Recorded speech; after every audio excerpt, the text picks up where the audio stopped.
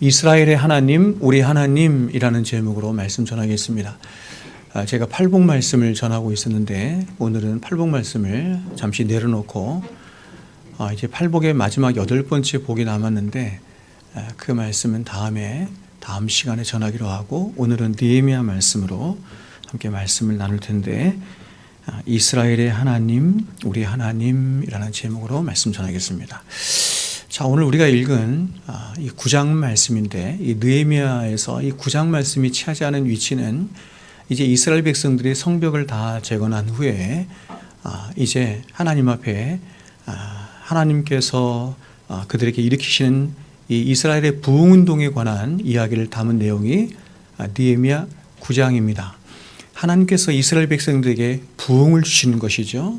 성벽만 재건케 하는 것이 아니라 그들의 심령에 진정한 부흥을 주시는데, 그 부흥을 주시는 방법이 크게 두 가지로 나타납니다. 오늘 말씀해 보면 크게 두 가지로 나타나는데, 어떻게 나눠지냐면 1절부터 5절까지의 말씀과 그리고 6절부터 37절까지의 말씀으로 크게 나누어지는데, 1절부터 5절까지의 말씀은 어떤 말씀을 다루고 있냐면, 이스라엘 백성들이 부흥운동을 위해서 하나님께서 명하신 것이 뭐냐면 두 가지인데, 첫 번째는 뭐냐면 하나님 앞에 나아가서 낮 4분의 1, 그러니까 낮 4분의 1이니까 6시간을 말하는 거죠. 6시간씩 하나님의 말씀을 듣고, 낮 4분의 1이니까 3시간이죠. 12시간에 4분의 1이니까 3시간씩 하나님의 말씀을 듣고, 다시 낮 4분의 1, 3시간은 하나님 앞에 나아가서 기도하며 통회하고 회복하는 그런 부흥운동을 갖도록 하나님께서 그렇게 명령하십니다. 그리고 이제 6절부터 이제 오늘 저희가 여러분과 함께 살펴볼 말씀인데, 6절부터 37절까지의 말씀은 이제 이렇게 부흥운동을 주신 하나님께서 이스라엘 백성들과 이제 언약을 맺으십니다. 그런데 언약을 맺으시는 하나님이 이번만 언약을 맺으신 것이 아니라 이미 우리가 아는 것처럼 아브라함과 언약을 맺으셨고, 이삭과 언약을 맺으셨고, 역사 속에서 계속 언약을 맺으셨잖아요. 그래서 자신의 조상들과 언약을 맺으신 그 하나님, 그렇죠? 그 하나님을 기억하면서 추억하면서 그 하나님께서 언약을 맺으신 자신의 조상들과 어떤 관계를 가지셨고, 또 그들을 어떻게 찾아오셨고 어떻게 인도하셨는지를, 과거의 역사들을 이렇게 추억하는 시간을 갖습니다. 과거의 역사를 이렇게 추억하면서 그 하나님 앞에 찬송하고 예배하는 그런 장면이 바로 오늘 6절부터 37절까지의 말씀이다. 이렇게 말씀을 드릴 수 있습니다. 그러니까 여러분, 우리가 보통 우리가 부흥운동 이렇게 하면 앞에 있는 1절부터 5절까지의 말씀의 부흥운동이다 이렇게 말할 수 있죠. 말씀과 회개가 함께하는 부흥운동 이렇게 하는데, 오늘 저와 여러분이 살펴볼 부흥운동의 두 번째는 바로 하나님께서 우리의 인생 가운데 이스라엘 백성들의 역사에 함께하신 하나님을 기억하고 추억해내며, 그 하나님께서 과연 어떠한 하나님이시고 이스라엘 백성들에게 어떠한 은혜를 주셨는가 하는 것을 기억해내고 추억해내므로 그 하나님 앞에 더욱더 거룩한 백성으로 서는 것과 그 하나님을 찬송하고 예배하는 일이 있었던 것처럼 우리에게도 동일한 것인데, 바로 우리 인생에 굉장히 중요한 게 뭐냐면 우리의 인생을 더듬어 보는 것입니다.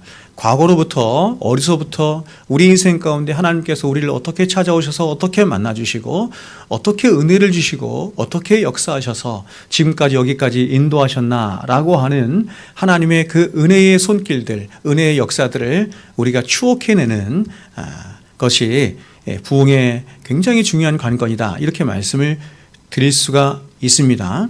우리는 이 본문에 나타난, 제가 말씀을 다 살필 수는 없고요. 그래서 오늘 6절부터 37절까지의 말씀 중에서 6절부터 15절까지만 제가 볼 텐데, 이 본문에 나타난 이스라엘 백성, 이스라엘의 하나님, 그리고 그 하나님이 어떻게 역사하셨는가 하는 것을 통해서 과연 기독교가 무엇이고, 또 기독교가 말하는 하나님이 어떤 하나님이신지 우리는 보게 됩니다. 자, 그렇다면 오늘 본문에 나타난 이스라엘의 하나님, 즉 기독교가 말하는 하나님은 어떤 하나님인지 이스라엘의 전 역사를 통해서 다 살펴볼 수는 없는데 일부의 역사를 우리가 함께 살펴보므로 성경이 말하는 기독교의 하나님 혹은 우리가 믿는 하나님은 어떠한 분이시고 또한 기독교 신앙이란 어떤 것인지 함께 살펴보도록 하겠습니다.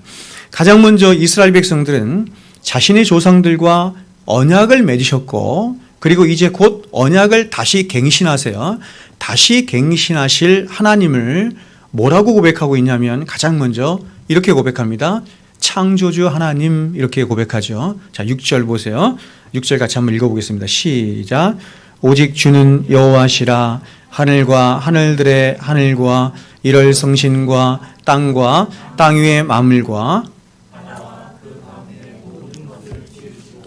다 보존하시오니 주께 경배하나이다. 아멘. 자, 보십시오.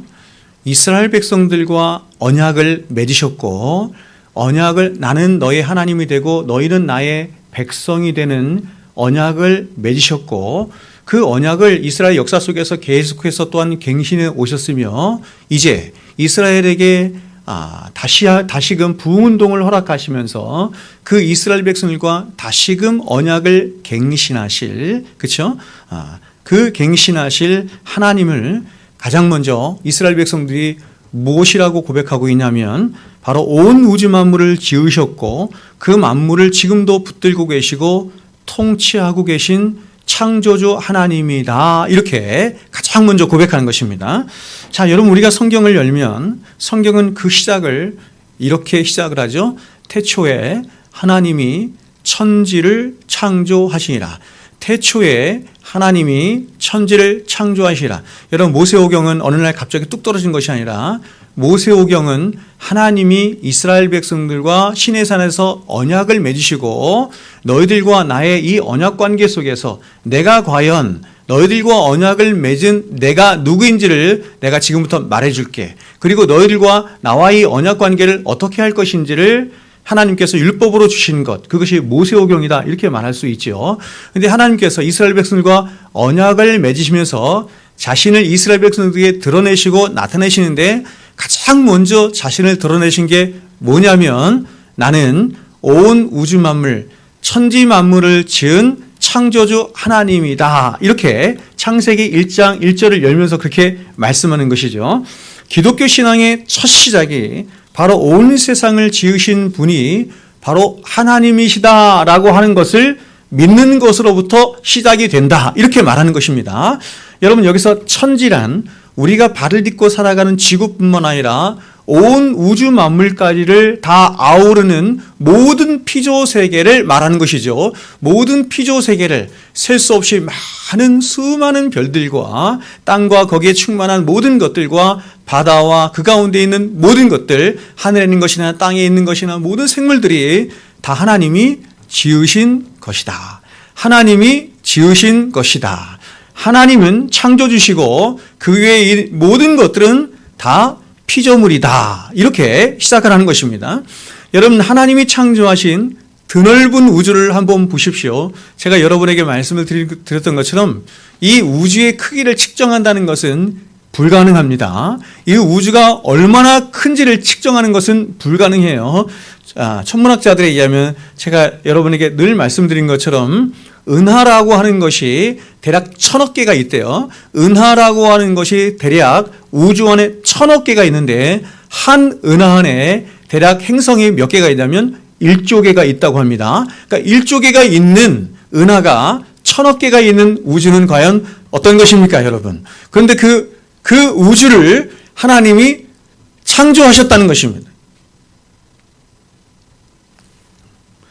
저는 여러분 창조주 하나님을 생각할 때 이게 창조주 하나님을 생각하지 않더라도 그 광활한 우주를 생각할 때 그 우주 앞에 서 있는 저 자신을 생각하게 됩니다. 과연 나라고 하는 존재는 이 광활한 우주 앞에 어떤 존재이며 그리고 왜 존재하고 있는 것일까 하는 생각을 하게 되죠. 광활한 우주 앞에 그렇죠?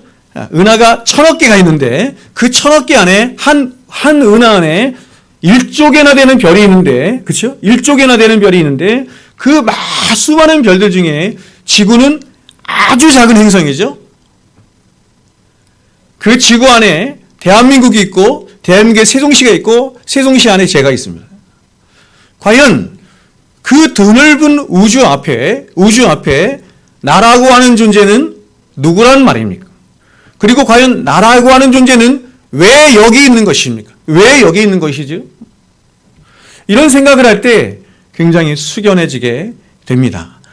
그 드넓은 우주 앞에 과연 나라고 하는 존재는 그야말로 아무것도 아니죠. 낯생이죠. 그냥 나 하나 없어도 아무런 문제가 되지 않습니다. 아무것도 아니죠. 자, 그런데 보십시오. 이렇게 우주보다 크시고 광대하시며 광활하신 하나님이, 이 우주를 지으시고 창조하신 그 하나님이 정말 놀랍게도 먼지와도 같은 한 사람, 먼지와도 같은 그 한 사람, 바로 아브라함을 찾아가고 계신다는 게 성경의 증언이에요.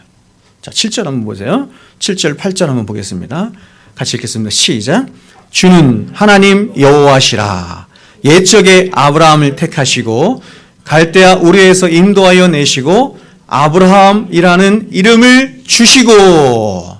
자, 여러분, 모든 기독교의 시작은 어디서부터 출발하죠? 사람으로부터 출발하지 않죠. 하나님으로부터 출발하는 것입니다. 온 우주 만물을 지으신 창조하신 하나님이 당신의 백성들을, 하나님이 태초에 하면서 물질과 시간과 공간과 역사라고 하는 것을 창조하시는데, 그 창조하신 역사 속으로 당신의 백성들을 두시고 당신의 백성들을 찾아서 가신다라고 하는 것이 기독교 신앙의 첫 시작입니다. 여러분, 저는 제 인생에 가장 큰 감격이 무엇이냐라고 묻는다고 한다면 저는 서슴없이 이렇게 말을 합니다. 그것은 우주보다 크신 하나님이, 그 우주를 창조하신 하나님이 수에 칠 가치도 없는 나와 같은 자를 찾아오셨다는 것입니다. 찾아오셨지요. 여러분, 찾아오셨습니까? 찾아오셨지요. 여러분, 어떻게 이런 일이 있을 수 있을까요? 저라는 인생을 생각하면 생각할수록 정말 수에 칠 가치도 없는 한 줌의 흙에 불과한 존재인 것인데, 그런데 이런 저를 하나님이 만세전부터, 자, 성경의 증언에 의하면 만세전부터 그리스도 안에서 택하시고 사랑하셔서 그 가슴에, 그 마음에 나를 품으시고, 이제 당신이 정하신 때를 따라서 당신이 창조하신 역사 속으로 저를 찾아오셔서 저를 만나주시고 사랑하여 주시고 구원하여 주셨다라고 하는 것이죠. 참, 여러분, 이게 믿겨집니까? 저는 여러분, 지금까지 목사로 살아가면서 이 기독교에 대한 증언을 수없이 했겠지요? 수없이 읽었을 것입니다. 수없이 묵상했을 것이지만, 이런 말씀을 전할 때마다, 이런 말씀을 묵상할 때마다 여러분, 잘 믿기지도 않지만 때로 이 말씀이 믿겨지는 제가 너무 놀랍습니다. 어떻게 이런 말씀이 믿겨질까 하는 것이죠. 여러분, 이것이 기독교입니다. 이것이 기독교라는 것입니다. 기독교는 하나님이 얼마나 크신가, 얼마나 광대하시고 얼마나 놀라우신가, 얼마나 사랑이 많으신가 하는 것만을 말하는 종교가 아니라, 그 광대하시고 그 측량할 수 없는 하나님이 수에 칠 가치도 없고 먼지와도 같은 나를 개인적이고 개별적이고 특별하고 인격적으로 찾아오셔서 만나주시고 사귀어 주시고 사랑하여 주시고 당신의 독생하신 아들의 피로 우리를 구원하여 주셨다라고 하는 것을 말하는 종교가 바로 기독교입니다. 여러분, 세상에 어떤 종교를 여러분이 공부한다 할지라도, 어떤 종교를 여러분이 안다 할지라도 이런 종교는 없습니다. 이런 종교는 없어요. 온 우주 만물을 창조하신 창조주 하나님을 이야기하는 종교도 없지만, 온 우주 만물을 창조하신 그 창조주 하나님이 저와 여러분을 창세전부터 가슴에 품으셨다가 하나님이 창조하신 역사 속으로 우리를 당신의 때를 따라서 찾아오시고 만나주시고 사귀시고 더 나아가서 이런 우리를 당신의 독생하신 아들을 죽인 피로, 그 거룩한 피로 우리를 닦으셔서 거룩하게 하셨다. 구원하여 주셨다. 여러분, 이게 어떻게 믿어지는지 저는 모르겠습니다. 그래서 여러분, 앞선 모든 믿음의 사람들은 바로 이러한 기독교가 말하는 진리에 놀라워하고 또 놀라워하며 하나님을 향한, 그래서 말할 수 없는 감격과 그 하나님을 향한 그 두려움과 경외심과 흠모함 가운데 자신의 인생 속에서 하나님을 높이고 찬양하지 않을 수가 없었던 것이고, 자신의 인생을 죽게 드리지 않고는 견딜 수 없는 마음이 여기서 생긴 것입니다. 여러분, 과연 나라고 하는 존재가 누구이길래 가히 우리의 머리에 담을 수조차 없고 측량할 수 없으신 그 광대하신 하나님이 이런 날을 찾아오시고 그분의 아들을 십자가에 내어주시기까지 우리를 사랑하셨다는 말입니까? 도대체 기독교가 말하는 하나님은 누구이시고 어떤 분이시며 과연 그 하나님이 우리를 사랑하셨다 하는데 그 사랑을 여러분은 알고 있습니까? 그래서 여러분, 이러한 하나님을 깊이 묵상하고 생각한 어떤 시인이 하늘을 두루마리 삼고 바다를 먹물 삼아서 그 하나님의 사랑을 쓴다 해도 그 하나님의 사랑을 쓸 수 없다, 이렇게 말한 이유가 여기 있는 것이지요. 우리는 너무 쉽게 하나님은 사랑이십니다, 하나님이 나를 사랑하십니다, 하나님은 창조주 하나님이십니다 라고 너무 쉽게 말하고 너무 쉽게 그 하나님이 화자되고 이야기되지만, 진실로 그 하나님을 우리의 믿음에 담아서 고백한다는 것은 기적과 같은 일인 것이에요.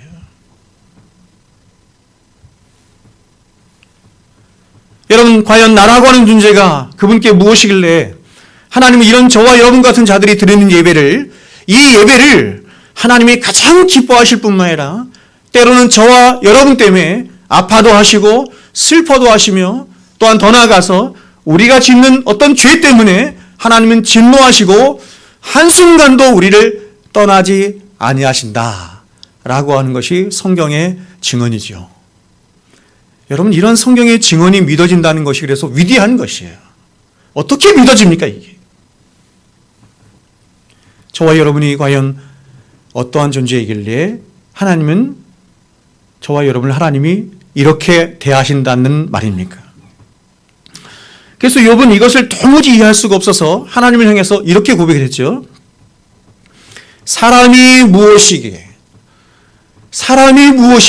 하나님을 생각하고, 욥이 하나님이 어떤 분인가 하는 걸 생각하고 자신의 인생 속에서 자신이 누구인가, 자신의 본질과 자신의 인격과 자신의 삶을 이렇게 조망해 보면서 자신을 생각할 때 나라고 하는 존재는 하나님 앞에 관심을 받거나 사랑을 받을 만한 존재가 단 1도 아니라는 것을 생각한 거죠. 그래서 이렇게 말하는 것이에요.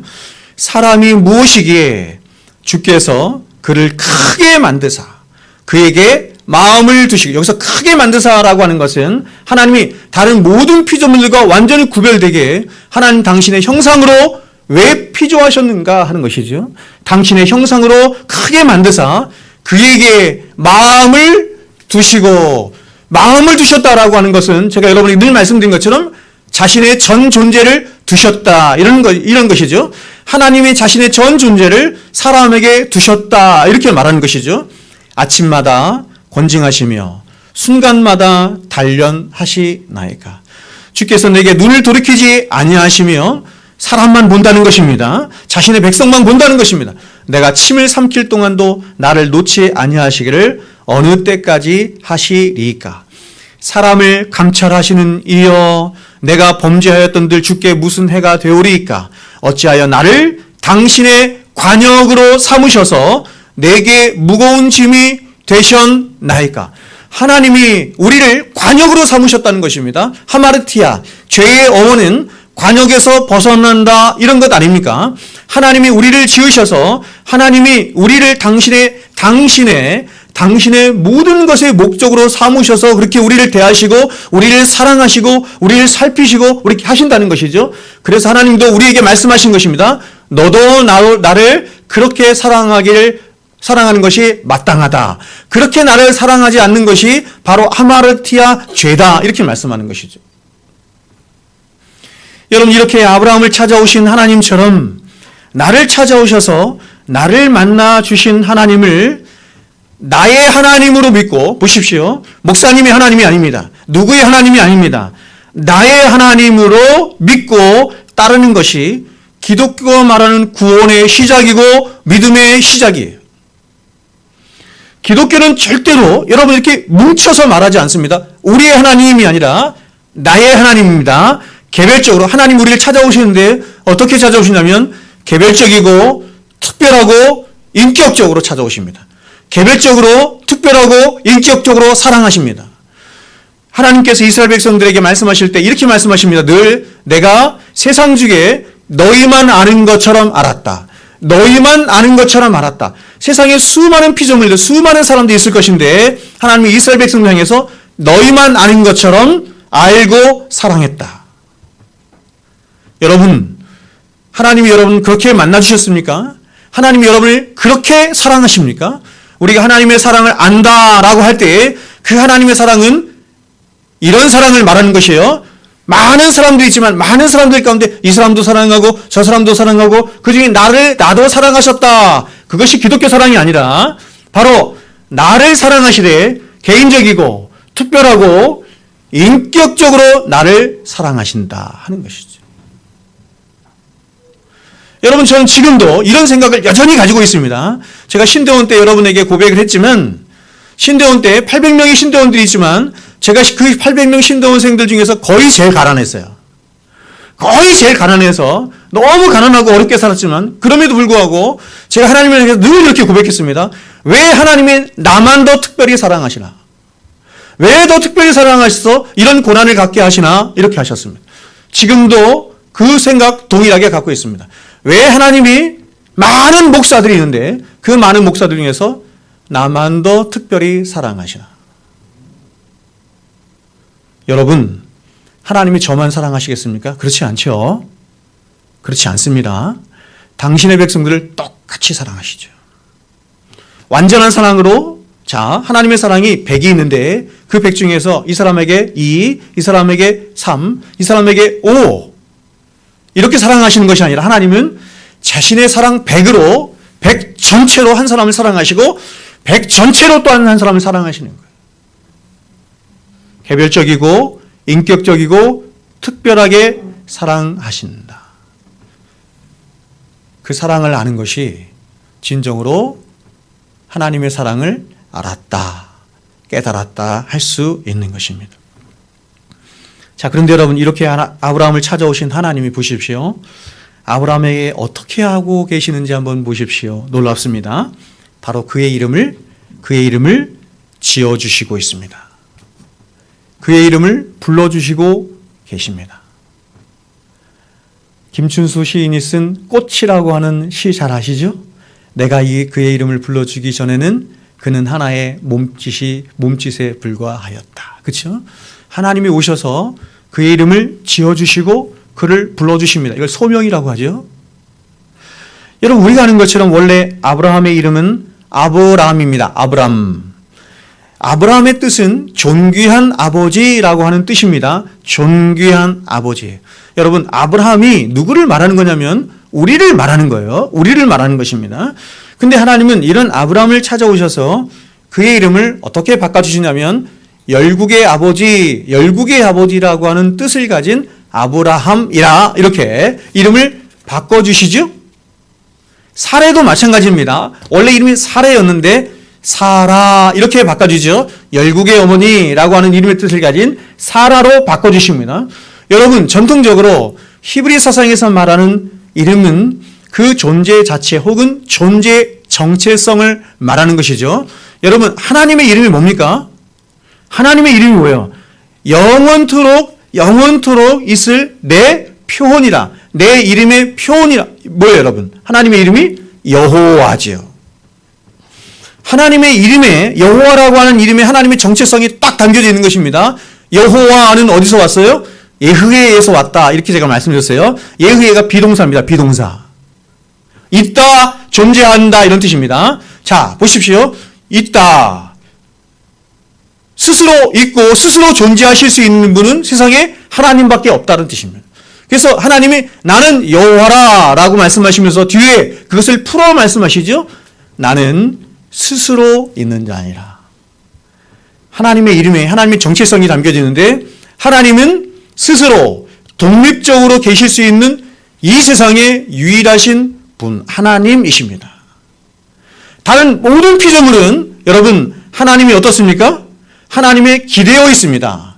하나님께서 나와서 하나님을 기대어 있을 뿐만 아니라 하나님이 이름을 지어주셔야 비로소 뜻이 됩니다. 존재가 되는 것이에요. 모든 인간은 이 아브라함처럼 모든 인간은 아브라함처럼 태어나면서부터 존귀한 자가 되기를 원합니다. 태어나면서부터 자기 힘성 안에 태어나서 온 세상으로부터 존귀한 자가 되기를 원해서 자기만 높임받고 자기만 존귀함 받으며 자기만 사모함 받기를 원하며 살아가기를 원하는 자가 모든 인간의 한 가지 특성이죠. 제가 여러분 언젠가 컴퍼스 이야기했죠. 컴퍼스 이렇게 아십니까? 컴퍼스 이야기한 것처럼 사람들은 태어나서부터 자기를 온 우주의 중심에 딱 놓고 모든 것을 생각합니다. 모든 것입니다. 다른 사람이든 다른 존재든 또 어떤 것이 어떤 사물이든 어떤 시간이든 할 거 없이 자기를 온 우주의 중심에 딱 놓고 그렇죠? 생각하죠. 컴퍼스가 작은 사람은 작게 돌리고 컴퍼스가 큰 사람은 크게 돌리지만 중심은 누구에게 있어요? 자기에게 있어요. 그래서 사람들은 그런 자신을 위해서 그런 자기의 중심성 안에서 자기를 위해서 평생을 살아갑니다. 자기를 위해서 평생을 등골이 휘고 온몸이 쪼그라들도록 자기만을 위해서 평생을 살다가 생을 마감하는 것입니다.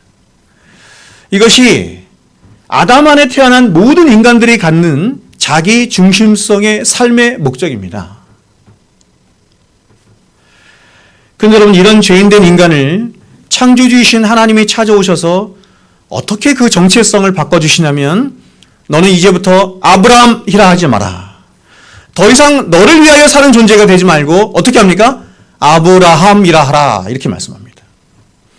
지금까지 평생을 내가 존경받고 내가 잘되고 내가 존경받기를 원하며 살았는데 하나님은 이런 나의 삶을 돌이켜서 모든 민족과 열방에 복을 나누어 주는 그런 복에 근원된 열방의 아버지요 거룩한 제사장으로 살아가도록 하시지요. 그래서 아브라함과 이 언약을 맺으신 후에 나중에 다시 이스라엘 백성과 언약을 맺으실 때는 이것을 뭐라고 표현하는 거예요? 너희는 거룩한 제사장이 될지어다 이렇게 말하는 거죠. 평생을 나 하나밖에 알지 못하고 오직 나만을 위하는 삶을 살았었는데 하나님은 이런 나를 부르셔서 이제 복을 나누어주고 복을 흘려보내는 진짜 복된 인생으로 가치 있는 인생으로 자 이런 인생을 이런 삶을 영생의 삶이다 이렇게 말씀드렸어요. 영생의 삶 바로 예수님이 사셨던 삶 영생의 삶입니다. 예수님이 이 땅에 오셔서 보여주신 삶의 우리의 모범인데 그것이 바로 영생의 삶이에요.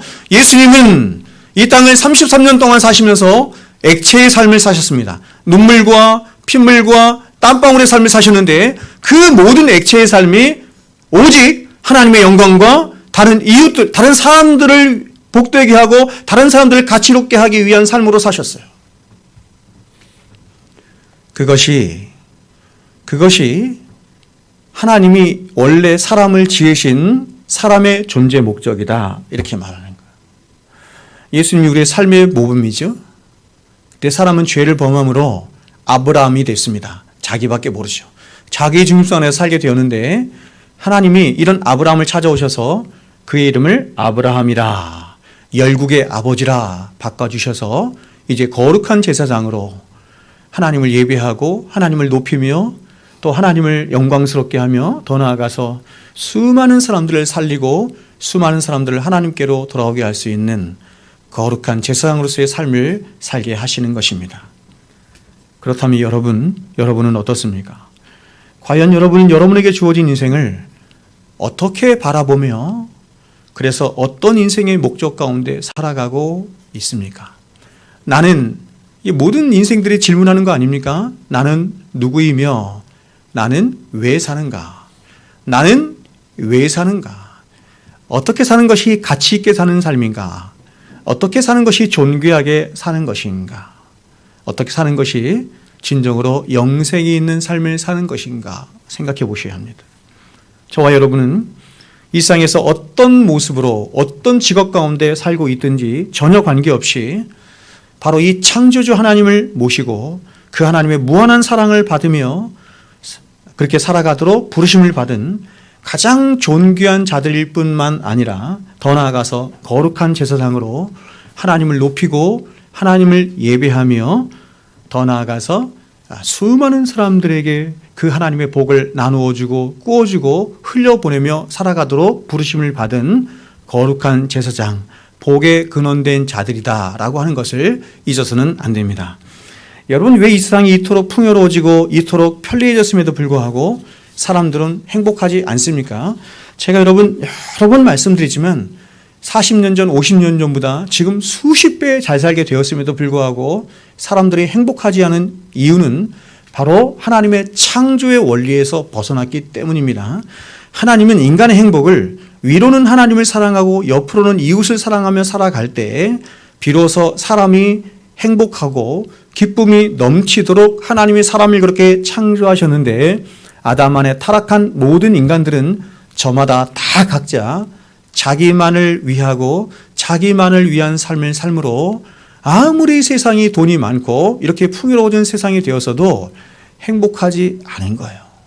사람의 행복은 그런 걸로 오는 것이 절대로 아닙니다. 여러분, 저와 여러분 모두는 아브라함을 우리의 믿음의 조상이라고 믿죠.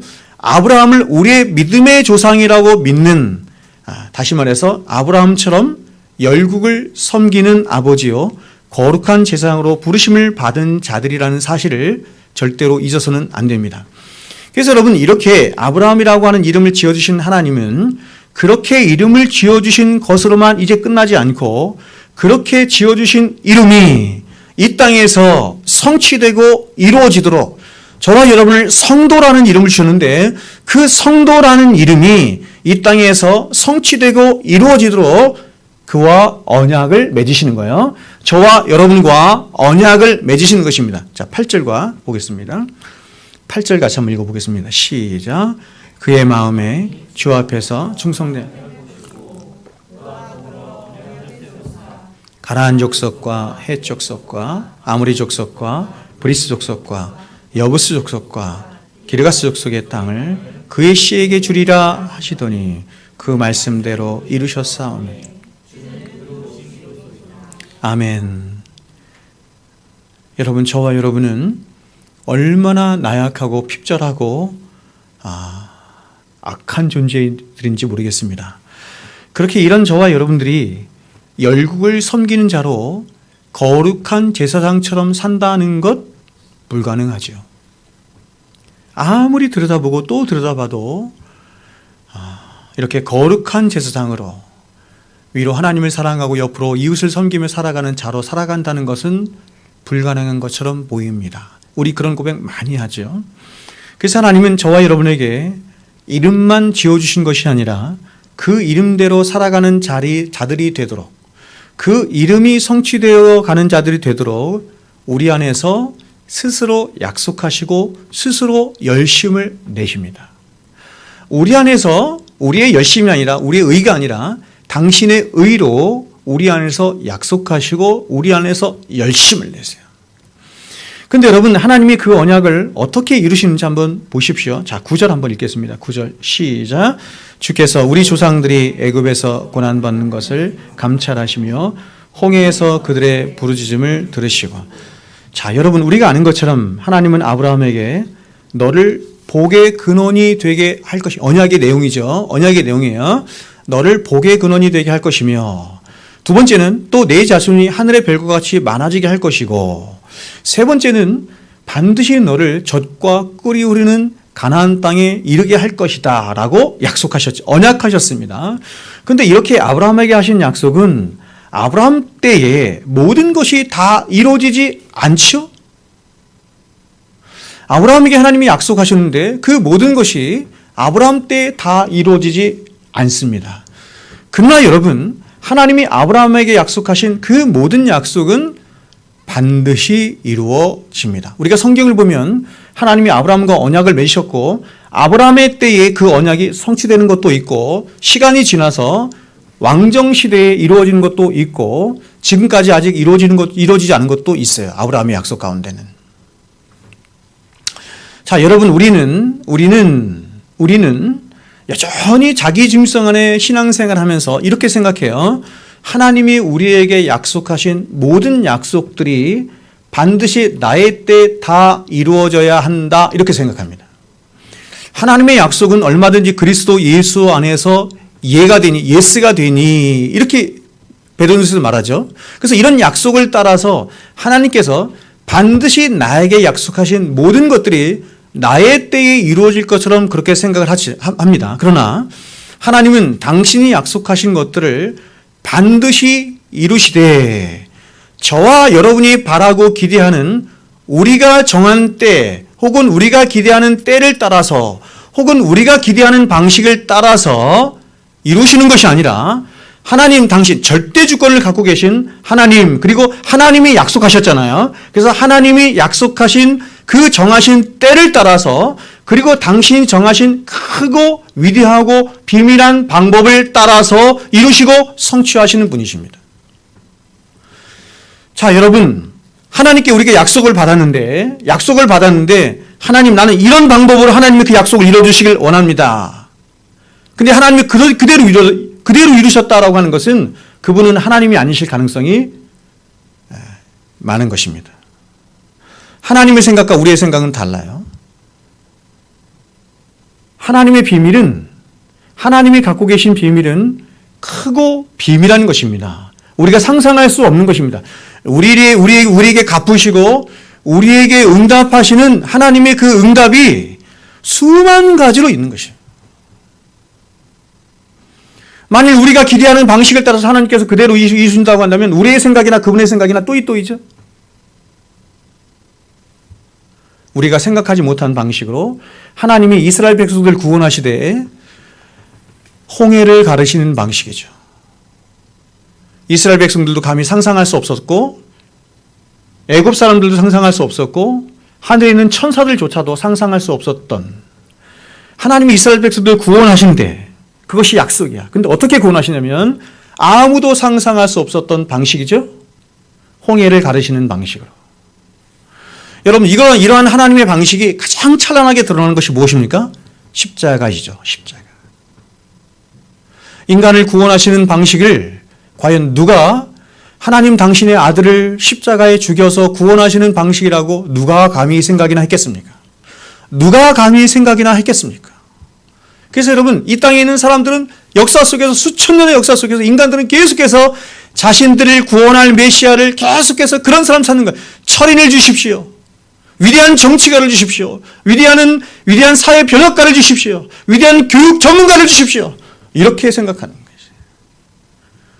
그러나 하나님이 이 세상을 구원하시고 인간들을 구원하실 유일한 방식으로 택하신 것은 바로 자신의 아들을 이 땅에 보내시고 살게 하시고 십자가에 죽게 하심으로 구원하시는 그 놀라운 방식이었다는 것입니다. 아무도 상상하지 못하는 것이죠. 그래서 여러분, 우리가 마태복음 1장에 보면 분명히 구약에서 예수께서 어디로 오시고 어떤 모습으로 오시고 하나님께서 다 말씀을 통해서 예언하시고 약속하셨음에도 불구하고 예수가 이 땅에 오셨는데 아무도 믿지 않습니다. 동방박사가 길을 잃었죠? 길을 잃자 이 사람들이 생리적으로 어떤 생각을 합니까? 아, 왕이 오셨으니까 이 땅에 그들은 성경이 없잖아요. 성경이 없으니까 왕이 오셨으니까 왕궁에서 나셨을 거야 라고 생각하고 예루살렘 왕국으로 간 겁니다. 그래서 말을 하죠. 너희들에게 왕이 오셨다. 이스라엘에 왕이 오셨다라고 하자 너무 놀랍게도 성경을 가지고 있던 백성들이었는데, 성경을 가지고 있던 이스라엘 백성들이고 서기관들이고 바리새인들이고 왕이었는데 그들은 성경을 믿지 않습니다. 처음에 여러분 헤롯 왕이 서기관들을 불러서 말합니다. 야, 왕이 어디에서 난다라고 하느냐 하자, 예, 베들레헴 땅에서 난다고 성경에 기록되어 있습니다. 맞죠? 구약성경, 그들이 생명처럼 여기는 구약성경에서 베들레헴 땅에서 난다고 분명히 예언했음에도 불구하고, 그리고 그렇게 증언했음에도 불구하고 베들레헴 땅으로 그 왕을 맞으러 간 사람은 한 명도 없었다는 것입니다. 성경은 이렇게 증언합니다. 그들이 소동만 할 뿐이라.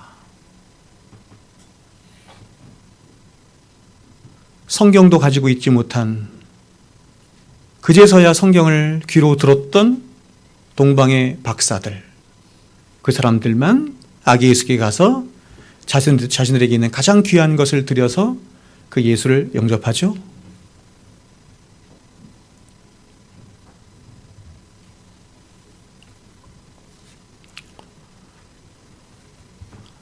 히브리서 기자는 우리들에게 이렇게 증언합니다. 이 사람들은 다 믿음을 따라 죽었으며, 히브리서 11장에 나와 있는 수많은 사람들 열거한 후에 이렇게 말하는 것입니다. 이 사람들은 다 믿음을 따라 죽었으며 약속을 받지 못하였으되. 제가 청년 시절에 가장 이해할 수 없었던 말씀 중에 하나가 이것입니다. 아니, 어떻게 믿음을 따라 죽었는데, 믿음을 따라 살았는데 약속을 받지 못했다고 성경이 전하나? 성경적인 해석이 부족했던 것이죠. 그것들을, 그런데 보십시오. 약속을 받지 못하였는데, 일부만 약속을 받았는데, 이렇게 말합니다. 그것들을 멀리서 보고 환영하며 또 땅에서는 외국인과 나그네임을 증언하였으니. 자신에게 약속하신 모든 말씀이 반드시 이루어질 것을 이들이 믿었다는 것입니다. 믿었다는 것입니다. 그래서 멀리서 보고 환영하며, 땅에서 어떻게 삽니까? 그 믿음 때문에, 자기에게 있는 믿음 때문에 세상 사람들처럼 살지 않고 어떻게 살아요? 외국인과 나그네처럼 살더라. 이렇게 말하는 것이죠. 정말 여러분, 믿음으로 살고자 하면 굉장히 외로운 것입니다. 제가 오늘 아침에 일어나서, 아침에 제가 샤워를 할 때 이렇게 목사님들 설교를 이렇게 들을 때가 꽤 있는데요. 오늘은 제가 이재철 목사님 설교를 잠깐 들었어요. 이재철 목사님들이 신학생들인 것 같아요. 신학생들을 모아놓고 하시는 설교를 제가 들었는데 굉장히 이렇게 한탄을 하시면서 말씀하시기를 이렇게 말씀하셨습니다. 여러분이 진정한 목사로 살아가고자 하면 외로운 소수로 살아갈 각오를 하셔야 합니다.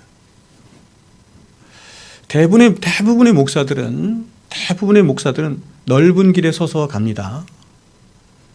대부분의 목사들과 척을 지고 살아갈 용기를 갖고 살아가야 합니다.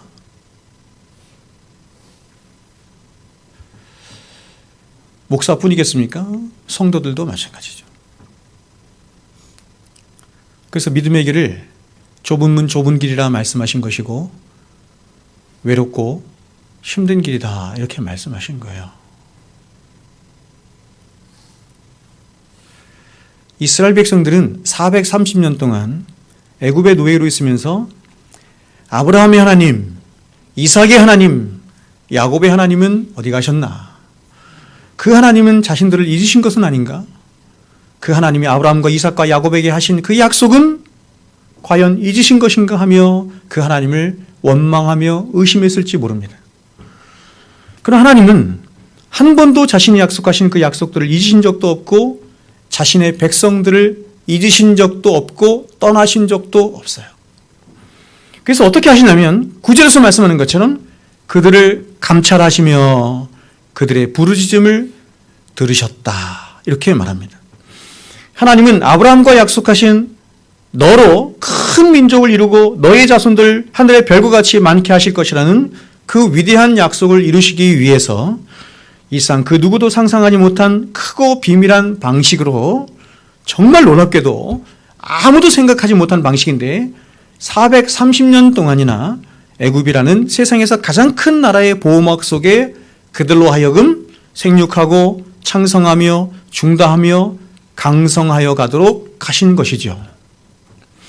여러분, 만일 70명밖에 되지 않은 야곱 가문이 가나안 땅에서 계속 살았다고 한다면 그들은 그 당시 주변의 강대한 나라들에 의해서 진멸되었거나 혹은 계속해서 가나안 땅을 떠도는 어떤 시족 가문 정도밖에 되지 못했을 것입니다. 그래서 하나님은 당신이 약속하신 그 약속, 아브라함에게 약속하신 그 약속을 이루시기 위해서 70명밖에 되지 않지만 70명이라고 하는 작은 씨앗을 그 당시 최강국이었던 애굽이라고 하는 나라의 자궁 속에 집어넣으셔서 그들을 보호하시며 430년 동안 강성하여 가고 중다하여 가도록 한 것입니다. 제가 여러분 이 말씀을 여러분에게 몇 번 말씀을 드렸는데 인구학적으로 볼 때 70명의 사람이 430년 동안 수백만 명의 사람으로 는다는 것은 불가능합니다. 불가능해요. 하나님이 어떠한 조치를 하셨기 때문이죠. 두 가지 조치. 하나는 뭐냐면 애굽이라고 하는 안전한 자궁 속에 이스라엘 백성들을 집어넣으셔서 보호하신 것이죠. 두 번째는 뭐냐면 출애굽기 1장에서 고백하는 것처럼 다른 어떤 민족과는 비교도 할 수 없을 만큼 순풍순풍 애들을 잘 낳은 것이에요. 애들을 잘 낳게 하신 것입니다. 이스라엘 백성들은 과연 하나님이 우리들을 잊으신 것은 아닌가? 과연 하나님이 우리들의 조상과 약속하신 그 언약을 잊으신 것은 아닌가 하며 의심하고 원망했지만 그러나 하나님은 아브라함과 맺으신 언약을 단 한 번도 잊지 않으시고 늘 그들을 감찰하시고 그들의 소리를 들으시며 그들을 불꽃 같은 눈으로 바라보고 계신 것이에요. 언제까지요? 당신의 때까지. 당신 정하신 때까지. 그리고 이제 때가 되자 하나님의 카이로스의 때가 되자 어떻게 하시는지 한번 보십시오. 바로 당신의 크신 팔과 권능으로 그들을 애굽에서 구원하여 내십니다. 왜 예수님이 2000년 전에 오셨습니까? 왜 예수님이 지금으로부터 2000년 전에 오신 것입니까? 왜 예수님은 33년간만 이 땅에서 사시다가 가신 것입니까? 하나님이 정하신 것입니다. 하나님이 그렇게 정하신 거예요. 그래서 하나님이 그렇게 정하신 때가 되자 당신의 크신 권능과 팔로 애굽에서 그들을 구원해 내십니다. 10절 한번 읽겠습니다. 10절 읽습니다. 시작. 이적과 기사를 베푸사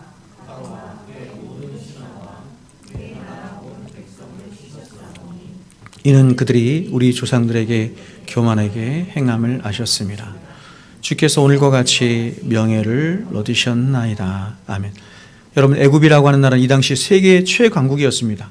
오늘날로 말하면 미국보다 훨씬 더 큰 나라죠.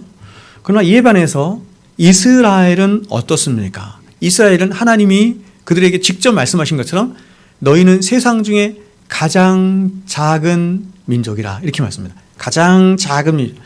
그들은 사실 나라로서의 체계도 갖추지 못한 세상에서 가장 작은 무리들일 뿐만 아니라 가장 비참한 신분을 가진 노예들입니다. 자, 여러분 한 민족이 있습니다. 한 민족이 있는데 그 민족 전체가 뭡니까? 노예입니다. 노예. 왕도 없고 신하도 없고 뭐 평민도 아무것도 없어요. 다 노예입니다. 노예.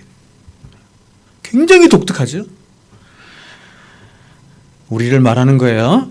그러므로 이들이 애굽을 탈출하여 자유를 얻고 나라를 이룬다는 것은 누가 봐도 불가능한 일입니다. 태어났는데 노예로 태어났습니다. 평생을 노예로 살아요. 그러다가 죽을 때 노예로 죽어요. 내가 자녀를 낳았는데 그 자녀도 노예예요. 이스라엘 백성들의 신분이 그렇다는 것입니다. 이스라엘 백성들의 실체가 그렇다는 것입니다. 이스라엘 백성들의 결국이 그렇다는 것입니다. 누가요? 우리가 그렇다는 것입니다. 그러므로 이스라엘 백성들이 그런 애굽을 탈출하여 자유를 얻고 나라를 이룬다는 것은 불가능한 것입니다.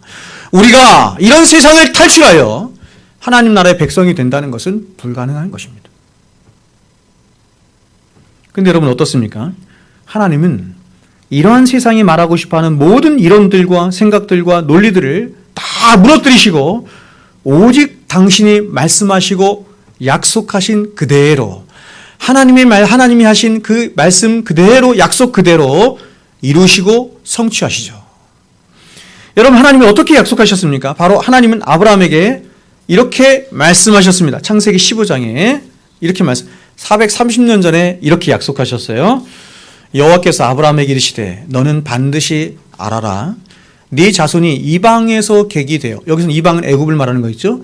애굽에서 객이 되어 그들을 섬기겠고 그들은 400년 동안 내 자손을 괴롭히리니 그들이 섬기는 나라를 내가 징벌할지며 그 후에 내 자손이 큰 재물을 이끌고 나오리라.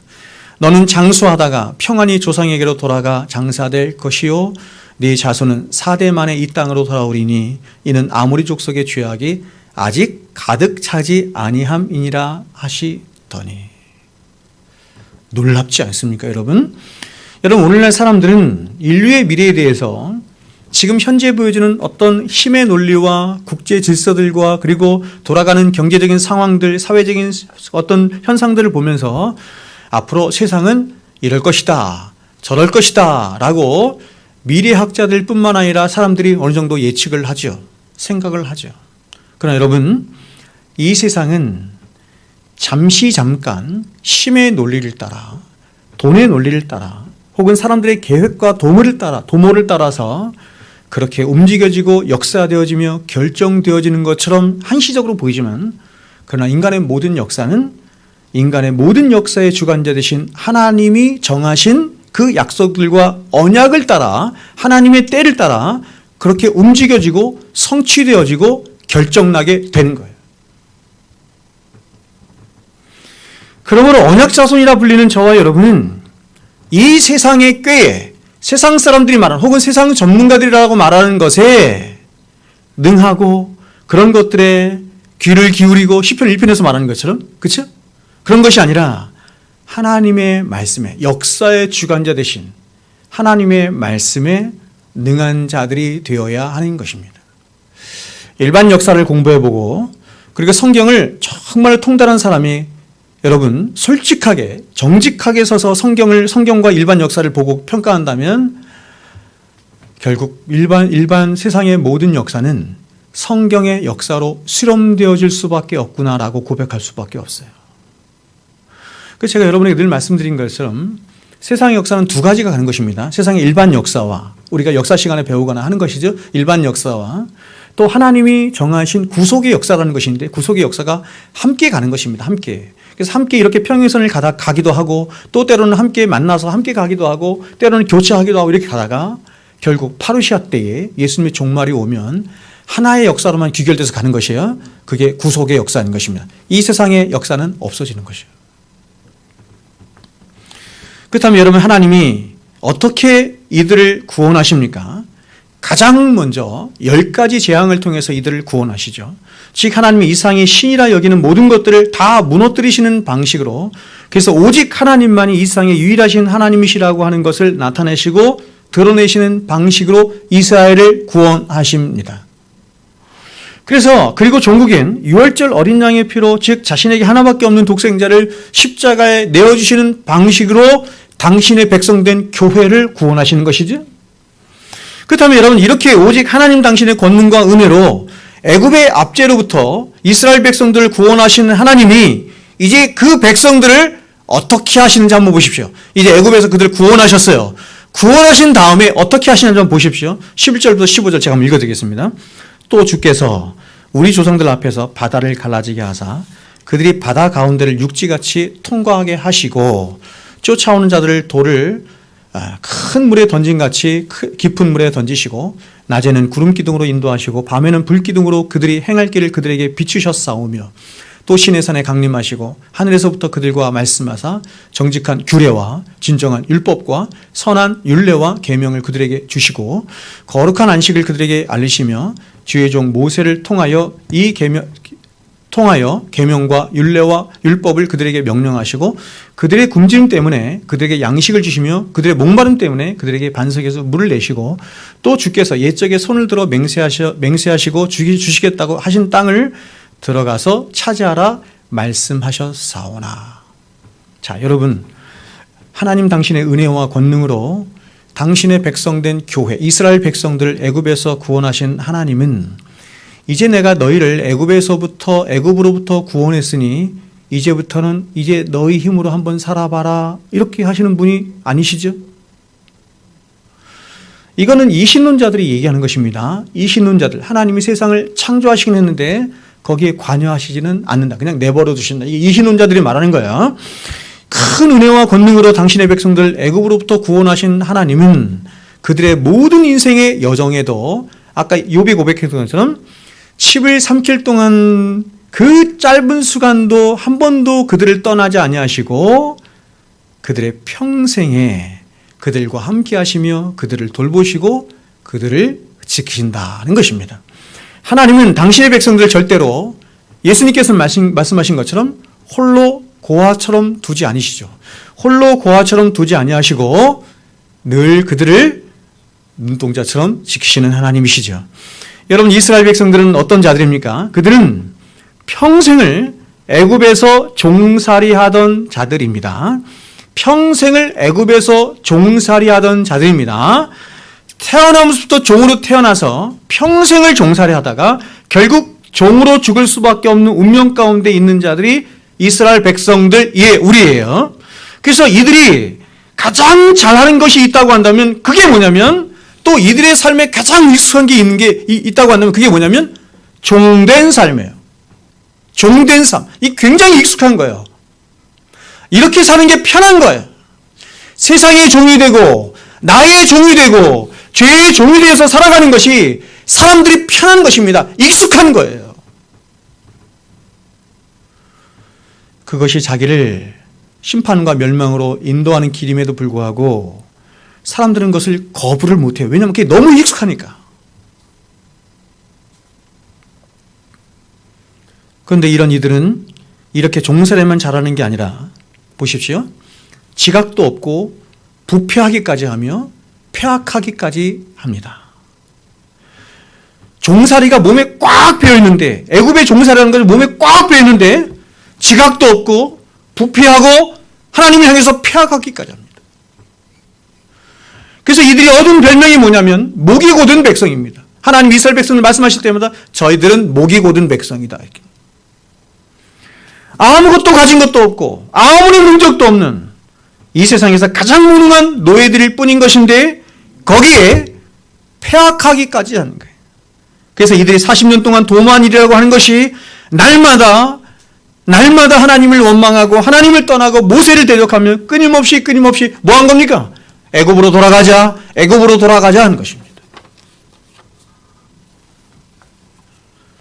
뿐만 아니라 이들은 가나안 땅에 한 번도 가본 적이 없습니다.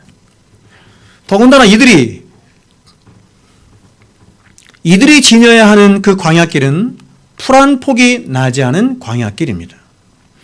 그러면 여러분, 이런 이들이 태생적으로 보세요. 태생적으로 그리고 성품적으로 환경적으로도 바로 최악의 상태에 있는, 그래서 그냥 내버려 두면 누군가가 어떻게 하잖아도 그냥 내버려 두면 얼마 못 가서 스스로 망할 수밖에 없는 존재.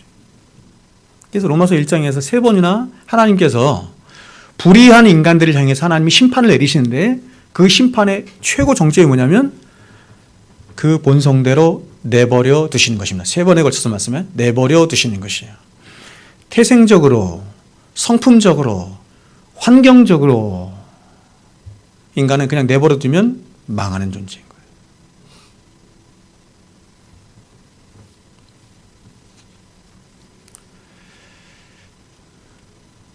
그런데 하나님은 이런 이스라엘 백성들을 멸시하거나 내치지 아니하시고 그들의 모든 광야의 여정 가운데 은혜와 긍휼로 함께 하신 것입니다. 그래서 하나님이 이런 이스라엘 백성들을 위해 행하신 일이 바로 불기둥이고 구름기둥이고 또한 이들이 알지 못하던 만나와 메추라기와 반석의 물로 이들을 먹이시고 무엇보다 율법과 규례를 주셔서, 율법과 규례를 주신다는 건 뭐예요? 지각을 갖게 한다는 거 아닙니까? 지식을 갖게 한다는 것이죠. 율법과 규례를 주셔서 이들로 하여금 더 이상 자신을 멸망케 하는 그런 자신의 욕망을 따라 죄의 종이 되어서 살지 않고 복과 생명이 있는 삶을 살아가도록 하나님께서 율법을 주시고 규례를 주신 것입니다. 자, 여러분, 지금 제가 여러 가지 말했잖아요. 불기둥, 구름기둥, 만나, 메추라기, 반석의 물, 율법, 십계명 다 줬습니다. 이 모든 것을 한마디로 뭐라고 얘기해요? 한마디로 뭐라고 얘기한다 그랬어요? 한마디로 성경은 굉장히 다양하게 했죠. 우리 인간들에게 필요한 굉장히 많은 것들. 하나님이 불기둥으로 인도하시고 구름기로 인도하시고 만나도 주시고 메추라기로 먹이시고 물로도 먹이시고 율법과 규례도 주시고 광야에서 이들이 살 수 있는 모든 것 다 주셨죠. 이 모든 것들이 예수님께서 스스로 증언하셨죠. 이 모든 것들이 결국 뭐를 얘기하는 거다? 예수 얘기하는 거죠.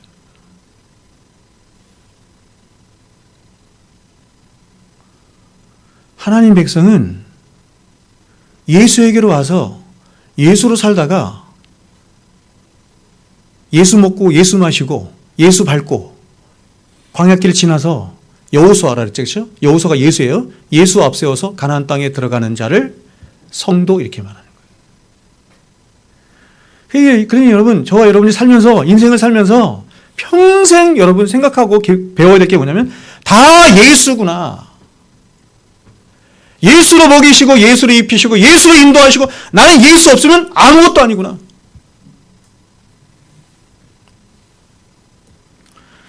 그러므로 여러분, 우리가 때로 광야 같은 이 세상에서 고난을 만나고 어려운 일들을 만나면서 어떻게 이런 세상을 살아야 하나 하는 근심과 두려움에 사로잡힐 때가 있지만, 그러나 여러분, 풀 한 폭이 없는 광야에서도, 수많은 위험이 도사리고 있는 광야에서도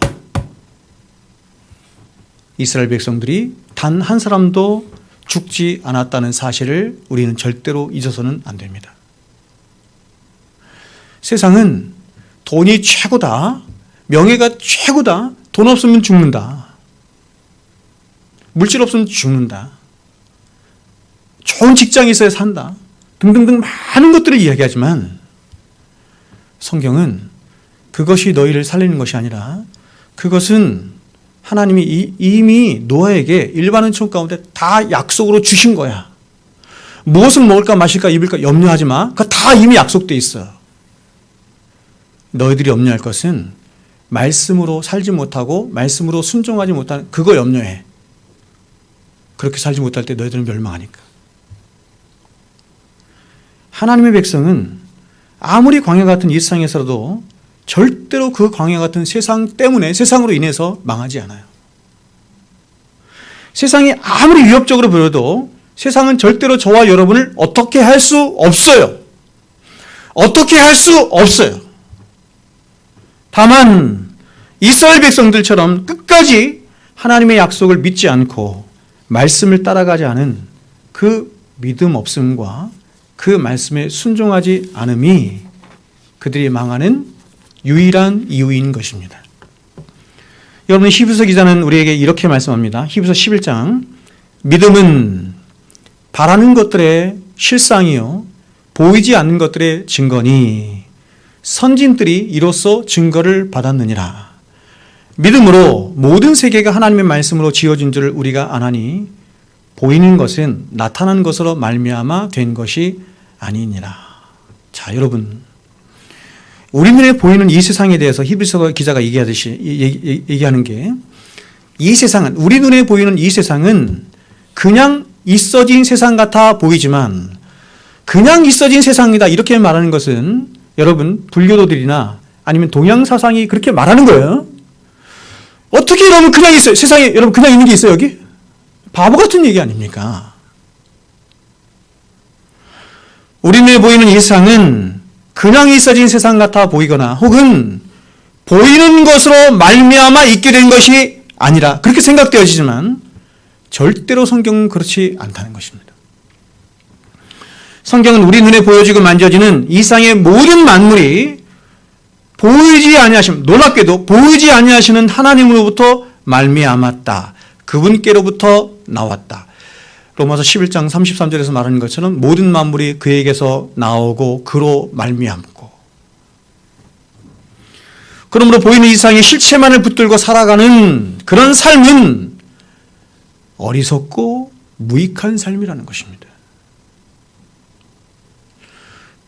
오히려 보이지는 않지만 보이는 이 세상을 존재케 하셨고 그 세상을 여전히 붙들고 계시며 그리고 그 세상을 결론적으로 판단하시고 심판하실 영원하신 그 하나님을 믿고 의지하며 그 하나님이 약속하신 약속을 따라 살아가는 삶이야말로 가장 복된 삶이다. 이렇게 말하는 거예요.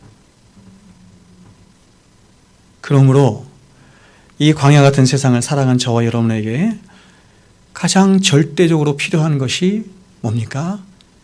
믿음입니다. 믿음. 믿음이 있어야 보이지 아니하시는 하나님을 볼 수 있는 거예요. 여러분, 하나님은 영이신 분이죠. 영적인 세계에 계신 영이신 하나님이기 때문에 물질적인 세계관이나 물질적인 방식이나 혹은 정신적인 방식으로는 하나님을 볼 수 없어요. 영적인 방식으로만 하나님을 볼 수 있는데 그 영적인 방식이 무엇이냐면 바로 믿음의 방식인 것입니다. 믿음으로만 하나님을 볼 수 있는 것입니다.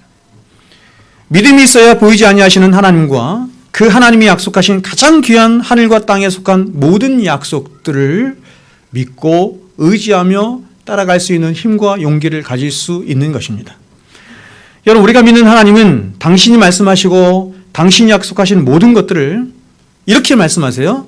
내 이름의 영광을 걸고 반드시 이루고 성취한다. 이렇게 말씀하셨습니다.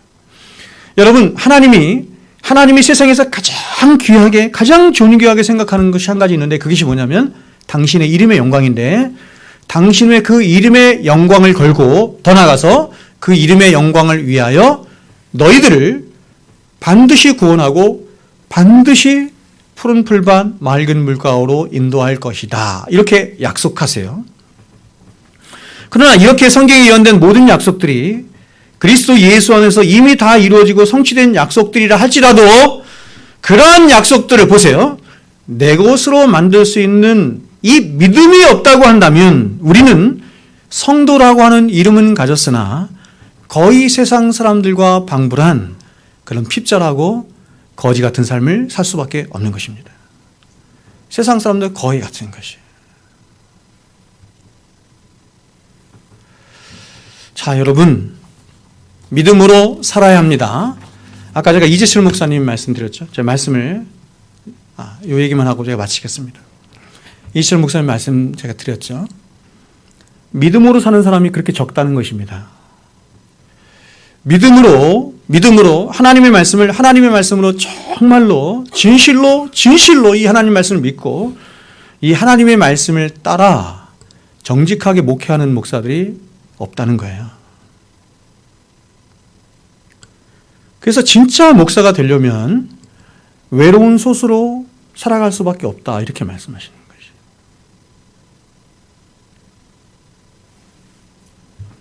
여러분도 마찬가지죠? 제가 여러분에게 여러 번 말씀을 드렸습니다. 주식하면 안 된다 말씀드렸죠? 주식하면 안 돼요. 주식보다 더 나쁜 게 뭐죠? 코인, 비트코인 이런 거 하면 안 돼요. 물론 부동산 투기를 한다든지 이런 거는 더더욱 안 됩니다. 하면 안 됩니다. 성경은 우리에게 열심히 땀 흘린 것으로 정직하게 돈 번 가지고 그렇게 살라 이렇게 말씀합니다. 근데 많은 사람들이 그렇게 살지 않는 것이에요. 마음은 제가 늘 말씀드린 것처럼 마음은 존재의 자소인데 우리의 존재 자체인데 이 마음은 항상 내 것이다 이렇게 말해요. 너희들의 마음은 내 것이에요. 이 얘기는 너희들의 인생은 내 것이다. 너희들의 시간도 물질도 모두 다 내 것이야. 그 모든 것들을 지키고 중심에서 딱 지킬 수 있는 것이 뭐냐면 너희의 마음을 지키는 거다 이렇게 말하는 거예요. 마음을 빼앗기면 마음을 도둑질 당하면 다 빼앗기는 거예요. 그래서 마음을 지키라 이렇게 말하는 거예요. 그런데 주식을 한다든지 코인을 한다든지 투기를 한다든지 어떤 홀리게 빠지다든지 하는 것은 마음을 빼앗기는 것이기 때문에 안 되는 것입니다.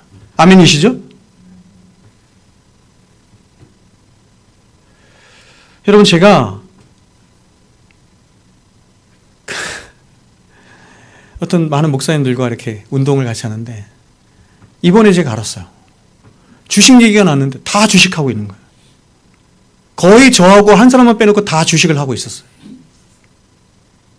너무 제가 놀라서 이렇게 얘기했습니다. 주식하면 안 됩니다. 목사님들 주식하면 안 됩니다. 이렇게 하자 떼거리로 저에게 덤볐습니다.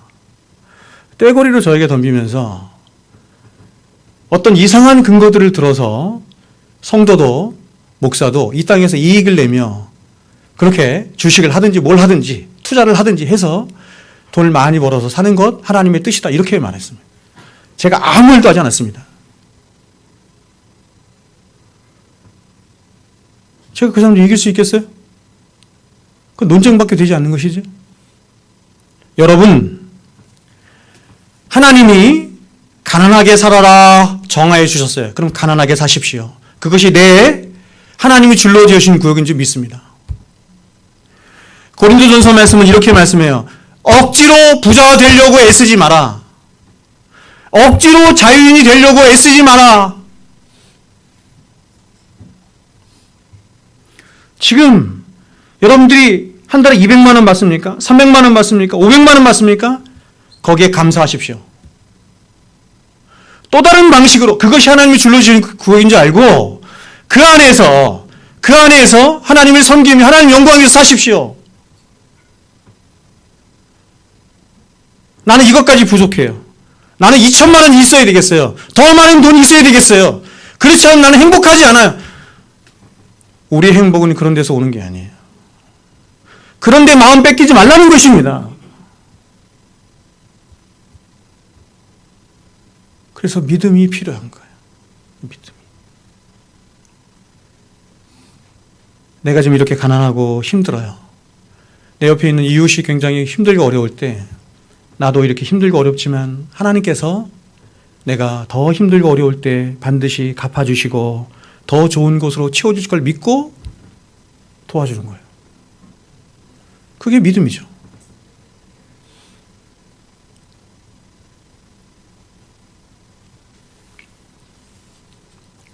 믿음이 없어 하나님의 약속을 의심하지 않고 로마서 4장이 이렇게 말합니다.